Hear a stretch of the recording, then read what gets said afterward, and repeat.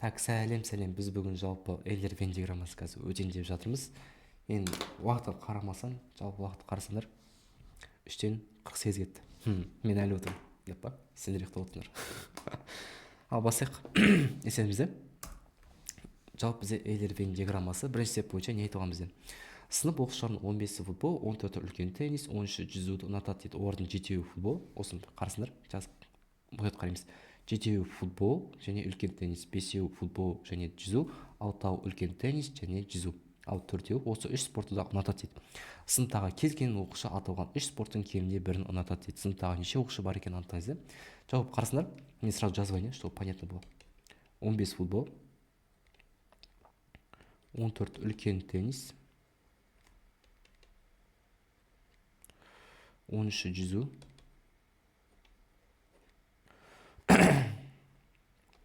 7-еуі футбол мен үлкен теннис, так, 5-еуі футбол мен жүзу, и 6-ауы теннис пен жүзу дейді. Ал 4-еуі осы 3 спортты ұнатады. Футбол бар, теннис бар и жүзу. Енді айтып тұр, бізден сұраған неше оқушы бар. Енді қарсылып біз жалпы 3 элемент: футбол, үлкен теннис и жүзу дейсіз ба? Бойынша 3 сен берді, мен бір-біріме қиылыстырамын. Сонда қарасам, мына жақта мен футбол жазамын бірінші, мына жақта теннис жазамын, мен мына жақта жүзу жазамын. Вот. Енді қараңдар, мен үшеуіне де қатысты, үшеуіне де касается нәрсені жазамын. Ол менде мынау, футбол, теннис и жүзу. Мен оны мына жақта жазамын, ортасына. Өйткені үш шеңберде қиылысқан ғой, үшеуіне де қатысты, дұрыс па? Енді бұл кетті, дұрыс па? Енді қараңдар, 6-ауы теннис и жүзу дейді. 6-ауы теннис и жүзу, қарастар, уже 6-ауының 4-еуі кетті. Қанша болады? 2 қалады. Мен 4-2 бізде 6 шығып тұр. Келесі, 5-еуі футбол мен жүзу дейді. 5-еуі футбол мен жүзу, 5-еуінің 4-еуі қалды. Бауышын жақта 1 қалады. Дұрыс қой? 5-еуінің 4-еуі кетті, 1 қалады. Бұл кетті. Келесі, футбол мен үтік па? Үлкен теннис екен. Үтік деп бұл.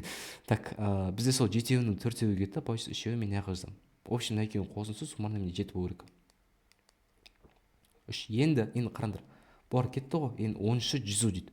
Получи жүзудің несін сызсам, кесесі мына болып тұр, кругы. Жүзудің кругы мына болып тұр. Енді қараңдар, осылардың бүкіл сандарын қосынса 13-ке тең болу керек. 1-ге 4 қоссақ 5, 5-ге 2 қоссақ 7. Енді қарасыңдар, уже сол 13 адамның 7-еуі қалды, кетті да, в общем, аралас. Сонда қанша болады? Бізден 6 қалды, 7-ге 6 қоссақ 13 шығып тұр. Келесі кругты қарайық. Келесі круг бізде не болып тұр? Так, қандай цветпен алсам болады? Қарамен ойнап. Бізде үлкен теннис дейді. Үлкен теннис отқан бізде мынау круг, Мынау круг бойынша қарайтын болсыңдар. 3-ке 4 қоссақ 7, 7-ге 2 қоссақ 9. Қарса сол 14 адам үлкен теннис қатса, сол 14 адамның 9-ы забронирован кетті. Қанша болады? Бізде 5 қалды. Дұрыс қой? Енді футболды көрейік. Футболды қандай цветпен белгілесек болады? Бізде фиолетовый белгілейік. Футболды фиолетовый белгілейтін болсақ, мына кругты аласыңдар, 3-ке 4 қоссақ 7, 7-ге 1 қоссақ 8. Бойынша сол 15 адамның 8-і кетті. Қалған қанша болады? 7 болады. Енді егер бізде сыныпта неше оқушы бар екенін сұрасам, мен бүкіл нақты қанша сан бар, соның бәрін қосам. 7 плюс 3 плюс 5 плюс 1 плюс 4 плюс 2 плюс 6. Сонда 10, 15, 16, 20, 22, 28. Вот, получается, сыныпта бізде получается бар 28 оқушы бар. Үйтіп белгілей саламыз есепті. Так, келесі. Так, сыныпта оқушылардың 17-сі алма, 15-і өрік, 14-і шиені ұнатады дейді. Олардың 6-ауы өрік пен шиені. Так, 5-еуі өрік пен алманы, и 7-еуі шие мен алманы дейді. Шие мен алманы. Ал екеуі осы 3 жемісті де ұнатады дейді. Өрік де бар, шие де бар, и алма да бар. Сыныптағы кез келген оқушы аталған 3 жемістің кемдегенде бір ұнатады. Сыныпта тек қана алма қарсыр, тек қана алманы ұнататын неше оқушы бар екенін анықтаңыз. Қарсыр бізде тоже 3 элемент: алма, өрік, шие. Дұрыс па? Бойынша 3 ненде қиылыстырамын тоже жаңағыдай. Так, алма. Дұрыс сап жазайыншы. Алғаштың қосық болып тұрмын екіншіді. Алма, өрік и шие. Ой, құдай, ине болып қалды. Шие, дұрыс па? Эмиль, түсінікті жалпы. Енді қарсылар, Бізде қарасады бағанайды, үшеуіне де қатысты соны. Үшеуіне де қойса мен ана екіні аламын, дұрыс па? Екі кетті. Енді қараңдар, менде жетеу шие мен алманы жақсы көреді. Шие мен алма екеуі кетті, қанша болады? Мына бесеу қалады. Бұл кетті. Келесі, бесеуі өрік пен алма дейді. Өрік пен алма бізде екеуі кетті, қанша болады? Үшеуі қалады. Келесі, алтауы өрік пен шие дейді. Алтауы өрік пен шие екеуі кетті, қанша болады? Төртеу қалады. Енді қараңдар, маған тек қана алма болса, тек қана алманың неше сұрап тұрмын деп. Сыныпта тек қана алманы ұнататын неше оқушы бар екенін анықтаңыз. Тек қана мен алмаға қатысты не аламын? Кружок табамын. Осы кружок дұрыс па? Енді қараңдар, 3-ке 2-ні қосам 5, 5-ке 5 қосам 10. Получается сол 17 оқушының 10-ы уже кетті. Қанша қалады? Сонда бізде жетеу. Получается бізде именно кругтың мына шетіндегі бар, мынау емес, мынау керек емес. Енді мына шетіндегі саны бізде ол тек қана алманы ұнататындар саны. Мынаяқтан шыққан сан, мысалы, ол бізде тек қана өрікті ұнататындар, мынаяқтан шыққан сан тек қана шиенін ұнататындар саны шығады. Сонда получается бізде 7 болса, мынау жауабы 7 деген жауап болса. Так, кеттік ал келесі. Мектепте 37 оқушы музыка үйірмесіне қатысады дейді. 22-сі домбыра, 15-сі скрипка. Так, олардың 9-ы домбыра және 9. Так, олардың 9-ы домбыра мен қобыз, 7-еуі домбыра мен скрипка и 6-ау қобыз бен скрипка дейді. Қобыз бен скрипка. Ал 4-еуі осы 3 аспапты да тарта алады дейді. Қобыз, скрипка и домбыра. Бізден сұраған үйірмедегі кез келген оқушы аталған 3 аспаптың кем дегенде біреуін тарта алады. Үйірмедегі қобызды тарта алатын, тек тарта алатын неше оқушы бар екенін табыңыз дейді. Так, қобызды. Енді қараңдар. Так, домбыра, скрипка и қобыз, получается 3 нені қиылыстырам бұл жерде тоже. Намбай и намбай қиылыстырам. Домбыра, қобыз и скрипка, да? Скрипка. Енді қарсыр, біз айтыр, тұры үшеуіне де қатысып нені аламыз, бізде 4-еуі скрипканы да нені де қатыстырады, сонда получается ортасына мен 4 жазам. Кетті ғой, кетті. Келесі 6-ауы қобыз бен скрипка дейді. 6-ауы қобыз бен скрипка ғой. Сонда оның 6-ауының 4-еуі кетті, 2-еуі қалады. 2-ні жаздым. Мынау кетті, мынау кетті. Енді қараңдар, 7-еуі домбыра мен скрипка. 7-еуінің 4-еуі кетті, получается 3-еуі қалады. Бұл да кетті. Келесі 9-ы домбыра мен қобыз дейді. Қарса 4-еуі кетті, қанша болады? 5-еуі қалады. Азайт жүреміз. Енді қарасындар, бізде не сұраған жауап? Бізде сұрағаны қобыз. Енді қарса бізде қобыздың ешқандай анықтамасы берілмеген. Получается қалған домбыраның и скрипканың оқушыларын барын қосып, общий оқушы санын азайтсақ, бізде не шығады? Жаңағы тек қана қобызға қатысатын оқушылардың саны шығады. Енді қарайық. 15-і скрипка дейді. Скрипка болса бізде мынау дөңгелекке қатысты болады. Мына скрипка, 15 скрипка болса, қарасыздар, 3, 4, 7, 7-ге болса 9. Сол 15 адам 9 кетті, қанша болады? 6 болады, Так, кеттік, келесін көрейік. Келесі қандай цвет алсам болады? Сарымен алайыншы. Так, 15-і домбыра дейді. 22-сі домбыра дейді. 22-сі домбырадан мына кружокты аламыз. Сонда 3-ке 4 қоссақ 7, 7-ге 5 қоссақ 12. Сол 22 адамның 12-сі кетті, қанша адам болады? 10 адам қалады, кетті. Енді бұл тек қана қобыз ойнайтын адамдар санын табу үшін мен мына жерде x деп алсам, кәдімгі теңдеу құра саламын осы жерден. Бәрін қосам. 10 плюс 5 плюс 3 плюс 4 плюс 2 плюс 6 плюс x тең болады. Оқушы саны қанша болып тұр? 37. Ал есептен 10-ға 5 15, 18, 22, 24, 30. Получается 30 плюс x тең болады 37. X тең болады бізде 7-ге. Получается қарасыңдар, ол 7-де отырған тек қана скрипка тартатын. А бізде тек қана скрипка, тек қана қобыз тартатын. А бізде сұрап отқан қобызды тарта алатын. Получается қобызды мен x оны 7-ні қойсам болады. Сонда не болады менде? 5-ге 7-ні қосам. Мына кружокты аласыңдар, короче. Қобызға қатысты. 5-ге 4 қосамыз, қосқан 2, қосқан 7. 9, 11, 18. Получается бізде қобызды тартатын 18 оқушы бар екен. Так, келесі. Бір аптада дүкеннен 19 адам теледидар сатып алады, 18 адам тоңазытқыш сатып алады дейді. Так. 19 адам телевизор и 18 адам тоңазытқыш сатып алды дейді. Енді это 9-ы тоңазытқышты да телевизорды сатып алды дейді. Енді несі айтады бізде, тек қана телевизор сатып алған неше адам, тек қана тоңазытқыш сатып алған неше адам дейді. Енді қарсылар бұл жерде екі элемент, телевизор и тоңазытқыш. Телевизор и тоңазытқыш. Енді қараңдар, 9-ы тоңазытқышты да алған и телевизорды алған. Бойша ортасы 9 кетеді, дұрыс па? Кетті ғой. Енді мен телевизордың кружогын алатын болсам, қарсыдан мен телевизор қанша адам? 19-дан 19 кетті, қанша алады? 10 адам қалады. То же самое, тоңазытқыш менде 18-дан оның 9-ы кетті, дұрыс па?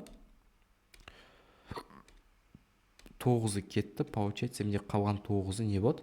Тек қана тоңазытқыш қалған. Получается, тек қана теледидар 10 адам, тек қана тоңазытқыш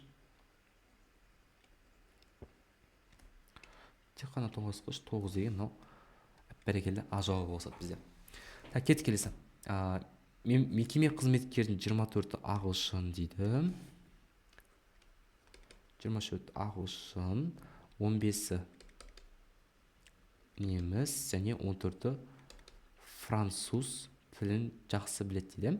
Ордың 6-ы английский мен неміс болса, 5-еуі ағылшын мен француз,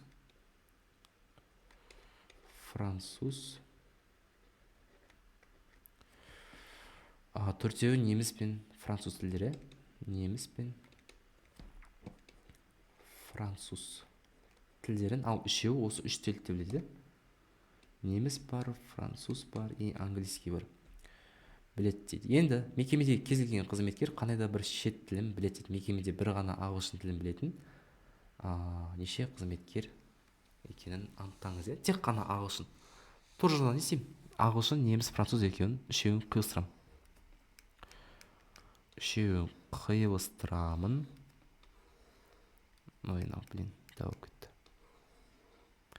Так, английский, немецкий и французский. Дұрыс па? Енді қарасам, біз мынадан бастаймыз, ортасынан. Үшеуіне де қатысты мынау болады. Почти үшті ортасы жасам, мынайға. Дұрыс па? Кетті. 4-еуі неміс пен француз дейді. Неміс пен француз, өзі 3-еуі кетті, қанша қалады? 1-еуі қалады. Келесі, английский, француз, бізде 5-еу. 5-еудің 3-еуі кетті, қанша қалады? 2-еуі қалады. Английский, француз дұрыс. Келесі, ағылшын мен неміс 3-еуі кетті, қанша қалады? 6-дан 3-еуі кетті, 3-еуі қалады. Енді қарасыңдар, бізге не сан? Бір ғана ағылшын, тек қана ағылшын тілін білетін сұрағы. Почти мына жақта сан тауып бізге. Мен не істеймін? Ол үшін мен мына кружоктағы нені аламын. Общий менде английский 24 болса, не істеймін? Бәрін қоссам да, сол 24-тен азайтып тастаймын.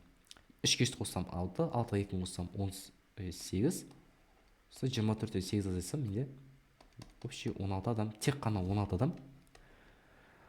Тек 16 адам менде ағылшын тілін ғана біледі деген сөз. Осы менде А жауабы, точнее В жауабы.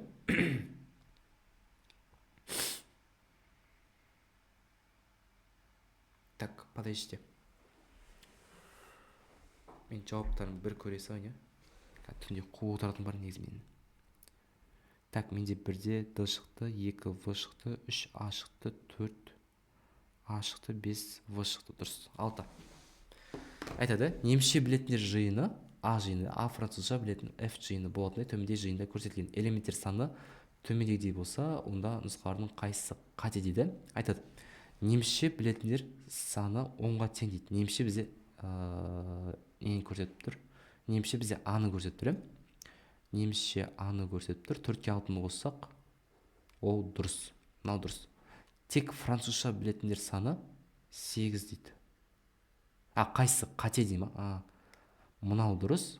И тек қана француз жазып қойды. Француз білген. Ол дұрыс. Мынау дұрыс. Немісше және французша білетіндер саны 6, ол дұрыс. Немісше және французша білетіндер саны 18 екен. Жоқ, бұл қате. Бұл жерде мысалы айтады. Сыныпта бізде осындай жиын беріп қойған. тек қана ағылшын білетін 4 оқушы, тек қана француз білетін 8 оқушы, ал екеуін де білетін бізде 6 оқушы. Если бізде сыныпта қанша оқушы бар десе, сыныптағы оқушы саны сұраса, 18 болады, бірақ немісше және французша білетін бізде 6 ғана бола салады. Мынау біз жауабы бізде қате болады, получается. Мынау қате болады бізде. Кеттік, ал келесі.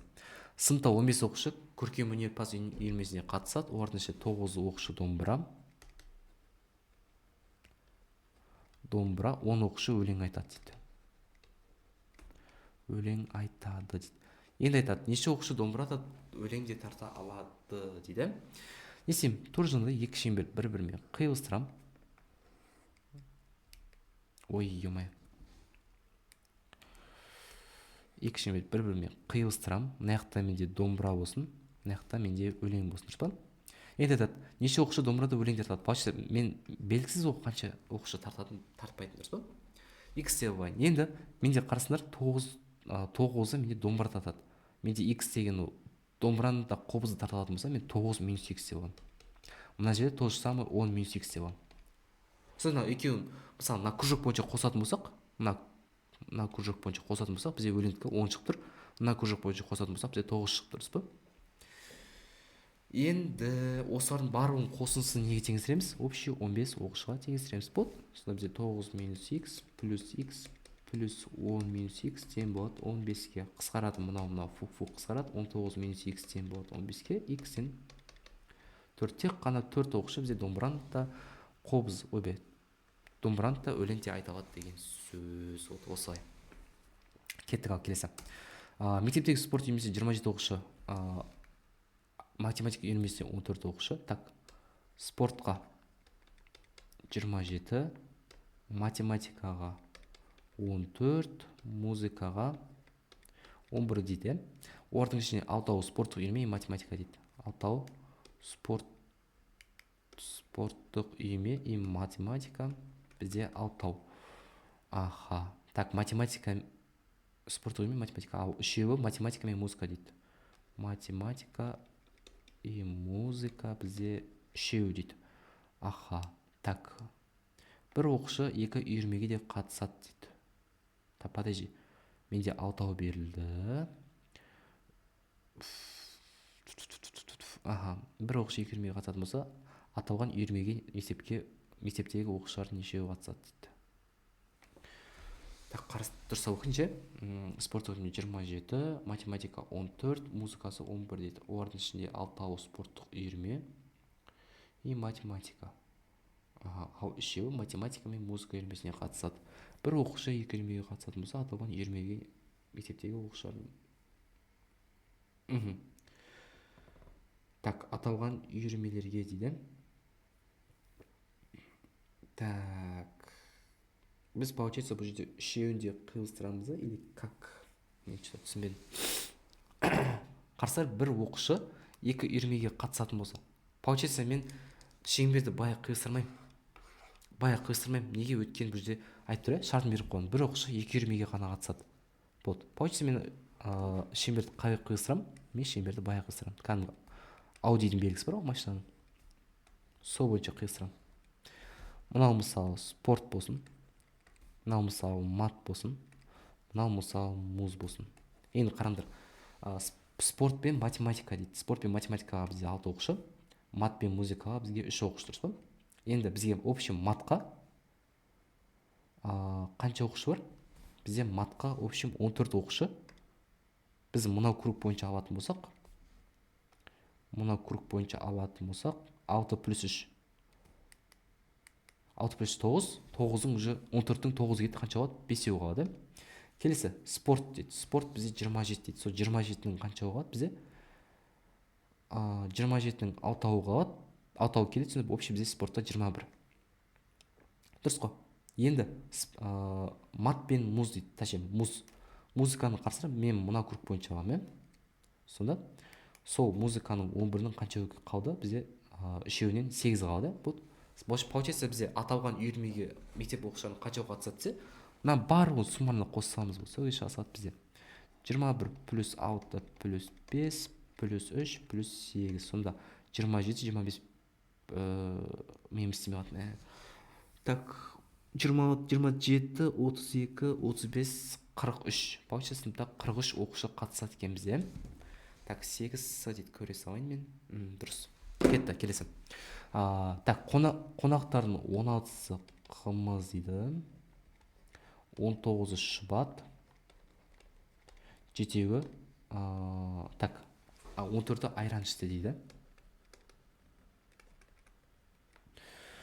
Так, 7 қонақ қымызда шұбатта ішті, 4 қонақ қымызда айранда ішті, 6 кісі шұбатта айранда ішті дейді. Ал 2 қонақ қымызды да шұбатты да айран ішті. Байқұсына 2 адамның іші өтіп отқан шығар. Мына үшеуінен кейін. Так, бұл жақта не сұраған бізде? Тек қана шұбат ішетін нәрсені сұраған. Не істеймін? Тура жаңағы үшеуін де қиылыстырамын. Мынаны былай. Мен аяққа айран жазам. Мен аяққа шұбат жазам. Мен аяққа қымыз жазам. Енді жалпы қарасыңдар. Айтымен бұл тура ортасынан басасыңдар. 2-ні мына аяққа қоям.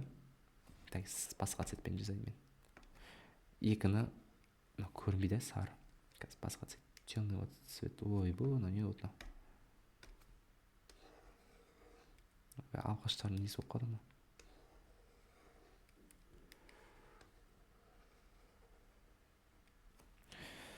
Так, мына ортасына 2-ні жазам.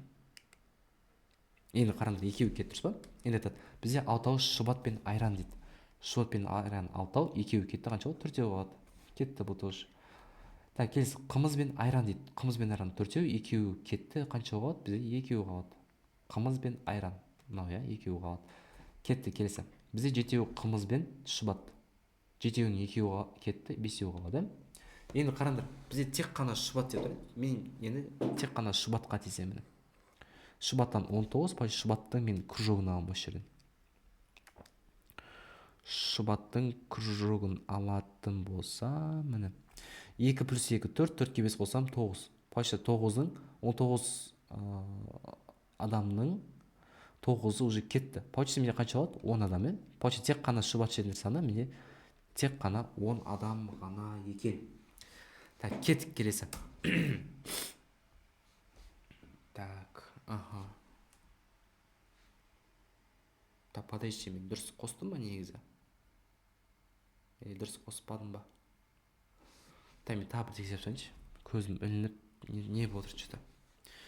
Так, 1 Д дейді, 2 В дұрыс, 3 А дейді, 4 А дейді, 5 В дейді, 6 Д дейді, 7 А дейді, 8 С дейді, 9 В дейді. Мен қай жерден қате жерден? Так, 2, мына екеуім дұрыс жазғаным. Шұбат пен айран. Шұбат пен айран менде бәрекелді. Нақтан қате жеріппін ғой.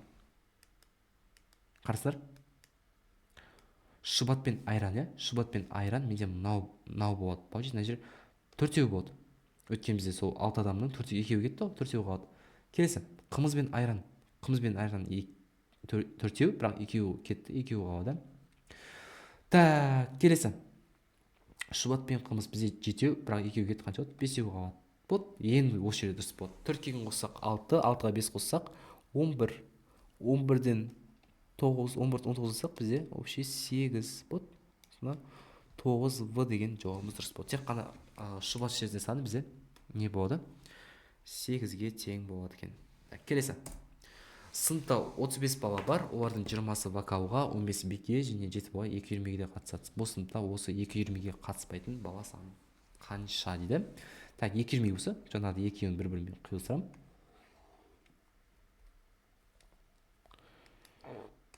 Екеуін қиылыстырамын. Так, мынау вокал болсын, мынау бізде би болсын. Айтады. Мен екеуін жазам. 7 бала 2-20-ге қатысады. 7-ні аяға жазам. Енді қараңдар. 20-сы вокалға. Сол 20 адамның уже 7-еуі кетті, дұрыс па? Қанша болады? 13 қалады. Келесі мынау бойынша 15 адамның 7-еуі кетті, қанша болады? 8 қалады.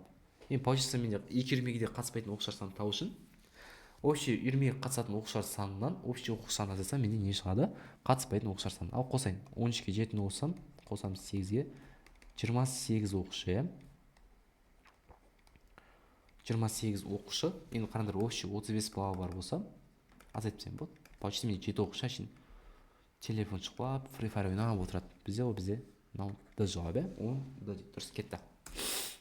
Келесі, ғылыми практикалық конференцияда 35 академик қатысты, олардың 22-сі сақалды, 19-ы мұртты дейді. Бәрекелді. 7 академик сақалды, мұрты да жоқ дейді.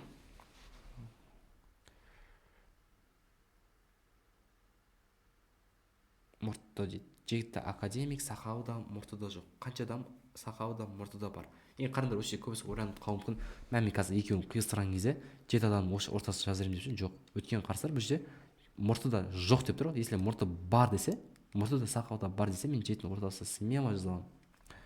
Мынаны сақал деп қояйын, мынаны мұрт деп қояйын, Так, почти 7 академиктің сақалда мұрты жоқ десе, мен уже аз етсем, кемітсем. Менде қанша қалады? 28 адам қалады. Дұрыс қой. Енді менде сақалда мұрты да бар адам екен табу үшін тоже жаңағыдай теңдеу құрып табамын. Бұл жерде x деп алып менде сақал бойынша 22 сақал, 22 азайтқан x деп аламын. Мына тоже мұрт менде в общем 19 адам болса, 19x, мына 19 минус x болады. Сөйтіп бәрін қоссам, менде 28-ге теңестіремін. Не үшін 28? Өткен менде общий 35 адам қатысты, 7-еу сақалда мұртта жоқ. Маған сақалда мұртта бар адам керек болады. Сонда 22 минус x плюс 19 минус x тең болады 28-ге. Ал x пен x қысқарып кетеді. Мына екеуін қосса қанша болады? 41 минус x тең болады 28. Сосын x тең болады бізде 13-ге. Сонда получится бізде 13 адамның сақалы да мұрты да бар деген сөз. Ол бізде в жауап. Так, 11 вводит. Yes. Кетті, келсі. Дүкенге жұма күні келген оқушылардың 23-і балмұздақ дейді. Қызылмен жазайын. 23-і балмұздақ. 13-і шоколад. 21-і кәмпит дейді. Так, олардың 10-ы шоколад пен кәмпит. 12-сі балмұздақ пен кәмпит. 8-і шоколад пен балмұздақ дейді. Ал 7-еу осы 3 тауарды да сатып алады дейді. Шоколад, балмұздақ и кәмпит. Так, дүкенде тағы 6 оқушы келді, бірақ олар ештеңе сатып алған жоқ дейді. Дүкенде жұма күні барлығы неше оқушы келгенін табыңыз дейді. 6 оқушы келді, бірақ олар ештеңе сатып алған жоқ. Бойсы 6 оқушы мен дымға қыстырмаймын. Не істеймін? Жаңа үшеуін қыстырамын да бүкілін қосам. Сонда балмұздақ, шоколад и кәмпит. Үшеуіне де қатысты мен анауын. 7-ні мына қоямын. Кетті. Енді менде 8-і шоколад пен балмұздақ. Шоколад пен балмұздақ 7-еу кетті, 1-еу қалды. Келесі, мынау кетті, мынау кетті. 12-сі балмұздақ пен кәмпит дейді. Балмұздақ пен кәмпит. Мен шайып отырмын. Бір нәқа кетеді. Жоқ, бір нәқа кетеді. Өткен шоколад и балмұздақ дұрыс қой. 7-ге 1 қосақ 8. Так, 12-сі балмұздақ пен кәмпит. Балмұздақ пен кәмпит 7-еу кетті, қанша қалады? 5-еу қалады 12-ден. Так, кетті келесі. 10-ы шоколад пен кәмпит дейді. 10-ы шоколад пен кәмпит 7-еу кетті, 3-еу қалады. Енді бұлар кетті. Енді әр график бойынша сек, әр графа бойынша. Так, 21 кәмпит дейді. 21 кәмпит болса, мен на кружок бойынша жұмыс істеймін. Сонда 5-ке 7-ні қосамыз 12, 12-ге 3 қосамыз 15. Получится сол 21 адамның 15-і кетті. Қанша болады? 6 қалады. Келесі мына кружок бойынша енді. Так, мынау кетті бізде шоколадтың кружогы бойынша. Шоколадта бізде 13 адам. 7-ге 1-ді қоссақ 8, 8-ге 3-ді қоссақ 11. Сол получится 11 адамның 13-і кетті, қанша қалады? 2-еу қалады. Вот. Енді келесі балмұздақ бойынша. Так, мынаны алайық. Балмұздақ бойынша мынау кружогы. 5-ге 7-ні қоссақ 12, 12-ге 1-ді қоссақ 13. Получится сол 23 адамның 13-і кетті, қанша қалады? 10 қалады. Енді жалпы сол дүкенге қанша адам кіргенін табушы мен десем, мына бүкілін жаңағыдай қосып шығамын.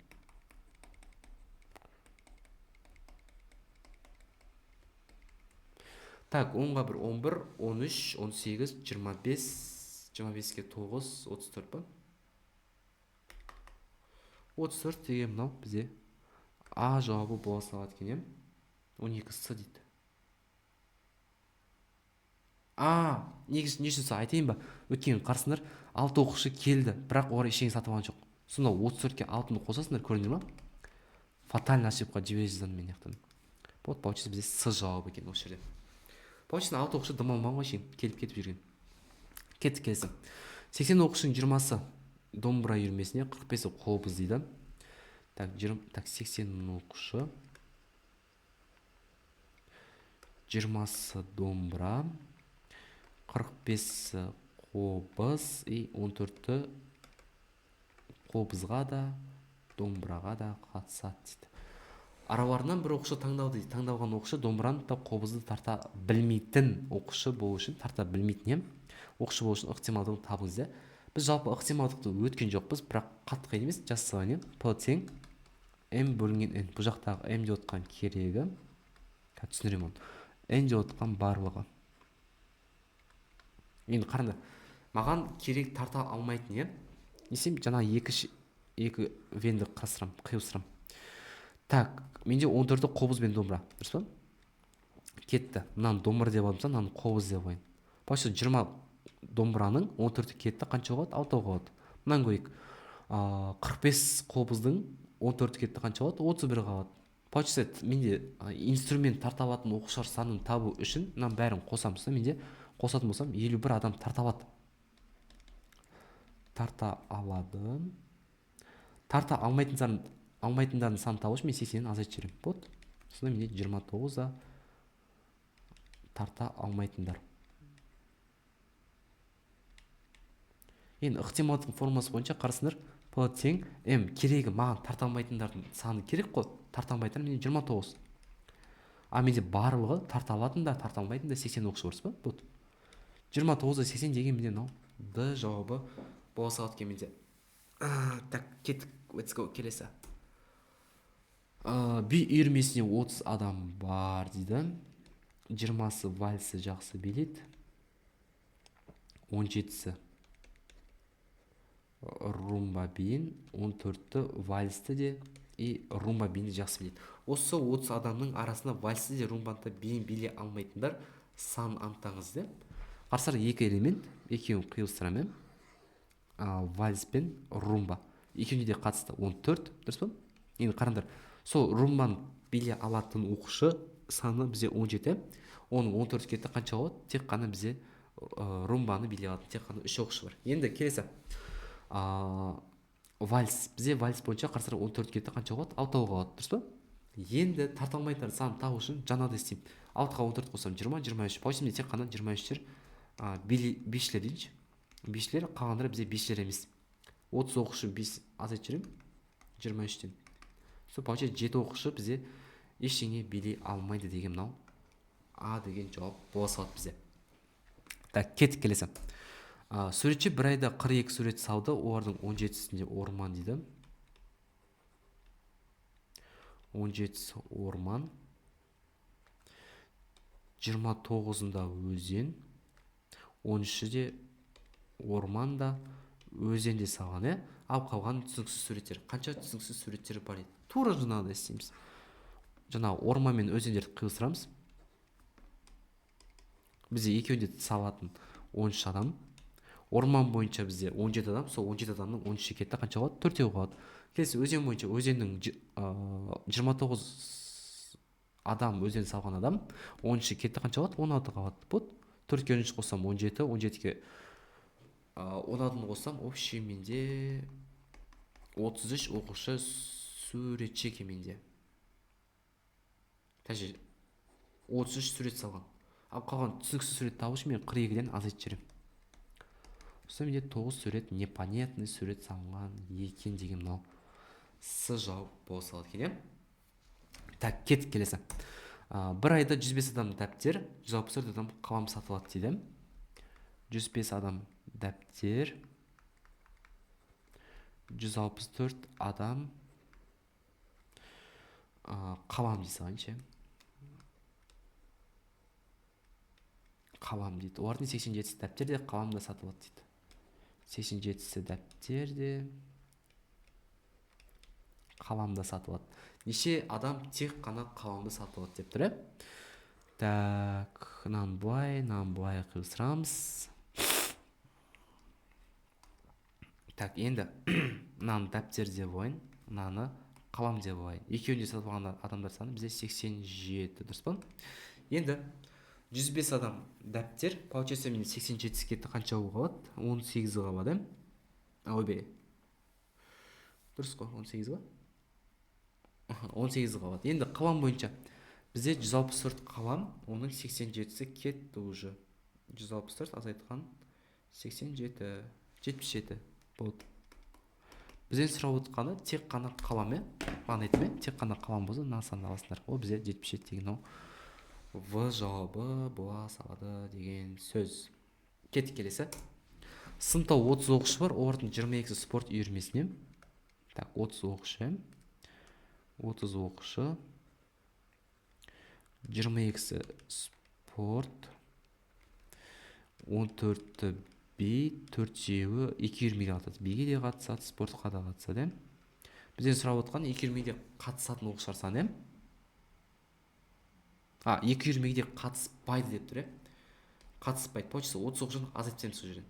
Сонда вообще бізде 26 оқушы бар. Тек қана билейтін, не істей алатын. Азайтып жүреміз. Вот, сонда маған екеуі де билей алатын, мен не істеймін? Мына жаққа X деп аламын да, мына жаққа спортты аламын. Мына жаққа биді аламын. Көзім ілініп кетіп жатыр. Так, сонда 22-сі спорт болса, не істеймін? Жаңа 22-ге азайтқан X деп аламын. То же самое жақта 11 азайтқан X деп аламын, бидікі болса. И осының бәрін қосындысы неге тең болу керек? 26-ға тең болу керек. Сонда мен X-ті мән шыға салады екен.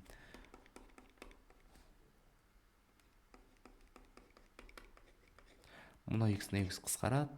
33 минус X тең болады 26, X тең болады 7. Получается бізде 7 адам не істей алады? Спортқа да қатысады, биге де қатысады. Енді 7 деген қай жақта жатыр? Бізде 2 мен 6 дейді. Мына жақта жоқ. Мына қарса 7 бізде қандай жақша? 7 бізде жай жақша. Бізде если мынау тік жақша болатын болса, мен осы жауапты белгілер едім. Мынау да қате. Мына жақта 7 жоқ. Қарсылар бізде 5 пен 9-ың болса 7 бар, получается мынау Б деген жауабымыз бола салады екен. Келесі. Сыныпта 28 бала бар дейді. 14 вокал. Так, 10 би дейді. 3 бала 2 үйірмеге қатысады. Биге де қатысады, и вокалға да қатысады деп тұр. Бізде сұраған бұл сыныпта осы үйірмеге қатыспайтын бала саны. Так, мен не істеймін? Тура жаңағыдай екеуін қиылыстырамын. Так, мынау би болса, мынау вокал болсын, 2 үйірмеге қатысатын бізде 3 оқушы. Тек қана биге қатысатындар 14-тен 3 азайтып тастаймын. 11. Тек 11 не жақта ғой көкем. Так, тек қана биге қатысатын бізде сандар табу үшін 10-дан 3 азайтамын, 7 болады. Вокалда отқан 11 болады. Енді қатыспайтын оқушылар санын табу үшін бәрін қосам да оқушылар санын азайтып тастаймын. Сонда 7-ге 3-ті қоссам 10, 10-ға 11 қоссам 21. 21 бала, в общем, билей алатын балдар ғой. Билей алатын, сөйлей алатын. Енді ештеңе де істей алмайтын бала болса, не істеймін? Азайтып тастаймын. Сонда бізде 7 оқушы бар деген сөз деген мынау. В жауабымыз бола салады екен. Так, келесі кеттік. 19. Сыныпта 35 оқушы бар дейді. 20 оқушы математикаға, 11 оқушы биологияға, ал 10 оқушы ешқандай үйірмеге қатыспайды. Сразу отмена азайтсам. Сонда менде 35 азайтқан 10 тең болады 25 оқушы. Математиканы таблет, биологияны таблет. Енді сұраған бізде математика мен биология үйірмелерін екеуіне де қанша оқушы қатысады дейді, дұрыс па? Екеуін қиылыстырамын. Мынау мат болса, мынау био, дұрыс па? Енді екеуіне де қатысты болса, мен ортасы X деп аламын. Математикаға мен 20 болса, 20 минус X. Биология болса 11 минус X болады. Вот осыған жаңағыдай қосындысын не істеймін? 25-ке теңестіремін. Общий менде 25 шығып тұр. Так, мына x қысарып кетеді. 31 минус x тең болады 25. Сонда 31-ден 25 алған кезде менде 6 деген сан менде ол екеуіне де қатысады. Математикада қатысады, биологияда қатысады. Так, соңғы решающий есебіміз бітті. 20. Так, сыныпта 30 оқушы бар дейді. 15 математика дейді. 12 биология дейді. 8 оқушы ешқандай үйірмеге қатыспайды. Сразу отмен сызып тастаймыз. Екеуіне де қатыспайды тұр.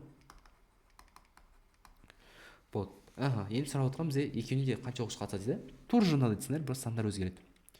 Мат и био да. Екеуіне қатыстырған белгісіз. Математикада бізде 15 оқушы. Ойша 15 минус x деп аламын. Биологияда 12, 12 минус x деп аламын. Вот, осының барлығын қосылсын 22-ке теңестіремін, мына жазып қойдым. Сонда 15 минус x плюс 12 минус x тең болады 22. Мына фук қысқарады да, 15-ке 12 қоссам 27 минус x тең болады 22. X тең болады 5-ке. Получится бізде 5 адам математикада қатысады, биологияға да қатысады деген сөз. Вот, осымен біздің Эйлер-Вен диаграммамыз аяқталды. Сағат қарасақ жалпы 4:30 болған әріптестер. Болды, ұйықтаймыз. Аман саулықта кездескенше. Кеттік. Өшіремін.